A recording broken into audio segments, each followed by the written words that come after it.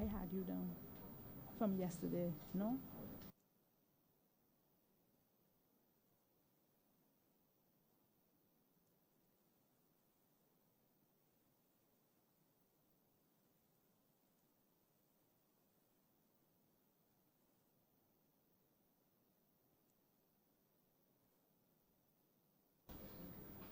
We continue with the honorable member from Christchurch, West Central.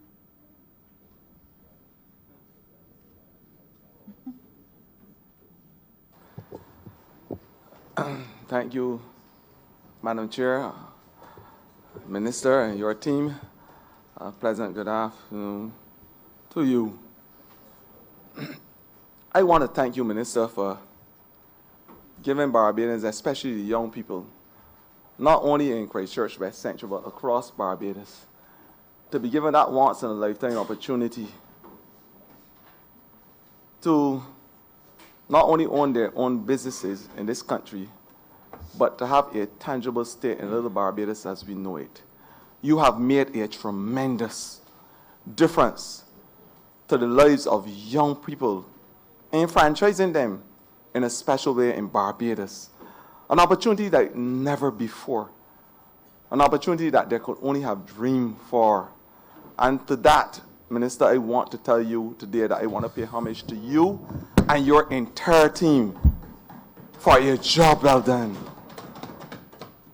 I want to say today that this is only on part to what happened with free education in this country. What you are doing in terms of the trust loan, in terms of empowering young people and giving them the opportunity to be true and firm statesmen. I want to thank you, Minister, and the entire Christchurch. I'm not only speaking for the epicenter, but the entire Christchurch want to say to you today, they have asked me to vocalize on their behalf and to say thank you, Minister, for leading them in this new opportunity and this new frontier in terms of developing their business and giving them that opportunity. Years ago, Minister, there was a trust to have the persons in the condiment industry forming clusters and groups so that they could capitalize on orders in bulk and so that they would form these, we call the cooperatives as we know it, and groups so that they could improve their businesses, improve their training capacity. I want to ask you a question, Minister. What and how do you see the trust loan being involved in creating these clusters so that they can capitalize on trade opportunities and to capitalize on ordering in bulk and to forming those cohesions that are required in order for businesses to be successful and to form their own market spaces and things. So I want you to explain to us what you are doing in terms of forming these clusters and the trust loans and how you see this new dimension going forward in terms of helping Barbadians to understand that if they work hand in glove, that they can achieve beyond the stars as we know it. Minister, thank you. And I assure the members of the ministry and particularly the general manager of the trust loan, the staff, who I'm told are tuned in, and the chairman of the trust loan who's sitting next to me, heard your congratulations, words of congratulations to the team. But Minister and member for Christchurch West Central, similar to your building out the youth farm and doing good work with the young people to give them an opportunity, and that speaks, Minister, to the whole aspect of growth in this economy, not by the trickle-down effect, but from the bottom up. And whereas the trust loan speaks to up to $5,000 in loans, we have within the ministry the cooperatives department that I spoke about that can give you the reach and the economies of scales in your grouping as you seek to leverage your product offering overseas, regionally and extra-regionally. And I go there before I talk about the clusters because the member for St. Philip West, I think it was in 2018, during his absence, he asked me to speak on his behalf at one of the soccer events, the launch of the Basmont soccer competition. And during that occasion, back in 2018, members from the industry, the cultural industry, promoters, came to me and they said, you know what, we need to form a cooperative to leverage our reach, not only regional, but extra-regional. And sometime after, and I guess it is the mission of this government, because bilateral agreements were indeed formed with Kenya and Ghana, and we had the minister journeying to those territories. I think to Ghana, it was to form and deepen relations in the area of the creative and cultural industries. And the whole aspect of the formation of the cooperatives speaks volume in terms of giving those small businesses the reach to go beyond the 166 square miles. But clusters, Minister and Member for Christchurch West, we recognize within our manifesto some of the businesses, even though we give them the $5,000 or up to $5,000, and even up to $10,000 if they go to Fund Access, some of these businesses lack what it takes to sustain them as going concerns. And when we speak about clusters, we speak about both geographical clusters and community clusters, whereby we utilize the hand-holding approach within the various communities, and we rely on some of the mentors, those persons who would have gone through the hornpipe and the challenges and the obstacles with respect to their businesses, but at the end of it all, they came out successful. And we want to use the community approach to clusters to allow persons within the communities to mentor some of these businesses, whether in the apparel industry, in the cultural industry, in the renewable energy industry. But you recognize that some of these businesses are in their embryonic stage. And when we use the cluster approach, that is one of the avenues through which we will build businesses through the communities. So, Member for Christchurch West, this ministry, West Central, sorry, I said the member for Christchurch West because he's still lingering in my mind. He asked me about 8 questions yesterday, but no problem. We are focusing holistically on building up clusters within the communities with a view to help our businesses continue as a going concerns. I spoke yesterday with respect to some single practitioners are coming to the Office of Supervisory of Insolvency filing for bankruptcy. And it is simple, they're not bankrupt, but they have not been able to manage the state of affairs as it relates to prudent financial management. So yes, we are utilizing clusters, and it is one of the policy initiatives by our government and indeed by our ministry that you'll see rolled out formally in the year 2020-2021. Thank you. I also want to say that the blockpreneurs are telling you, sing your praises as well for giving the opportunity to have these loans so they could augment their businesses.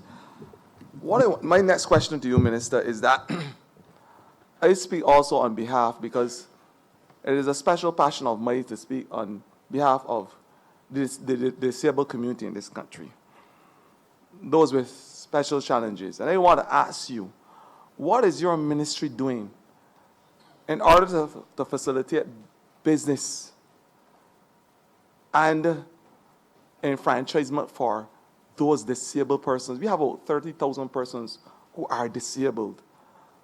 And we are saying that they must have a tangible stake in Barbados. What are the training programs being put on by your ministry to ensure that they have an opportunity to be small businessmen in their own right? And I want you to expound on what is being done for the disabled community and how you see the disabled community as being an important cog in your ministry and the drive behind businesses in this country. Thank you, Minister and Member for Christchurch West again. This government, West Central, This government prides itself and its policies on one where no one will be left behind.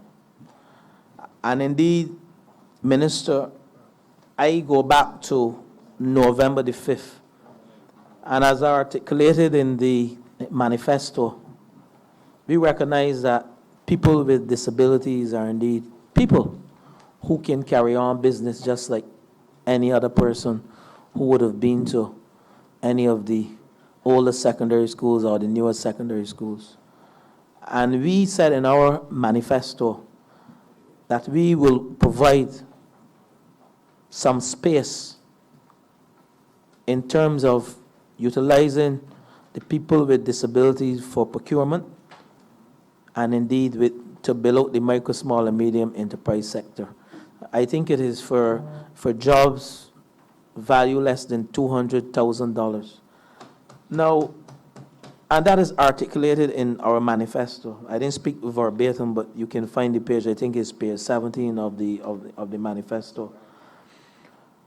Minister, on November the 5th, when we launched the Trust Loan Fund, when we opened the unit, the first person that received a trust loan was a person with disability. And I had Minister at the time, and the Prime Minister, the acting Prime Minister, the substantive Prime Minister was out the island away on duty. I had the acting Prime Minister, the member for St. Andrew, and he was there along with some other members of the cabinet. And I can report that as at February the 26th, we have thus far disbursed 25 loans valued at over $100,000 to people with disability, to persons with disability. And it speaks to our mandate as a government. We will not leave anyone behind.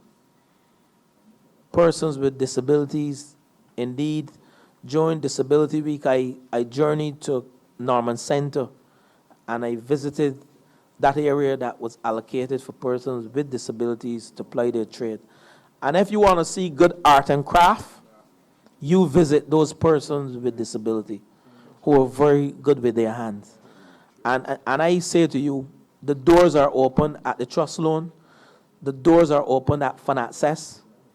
And I know that the doors are open at the Enterprise Growth Fund Limited, that we will provide not only funding, but the training opportunities for those persons with disability. We have a cadre of business persons who are trained in dealing with people with disability.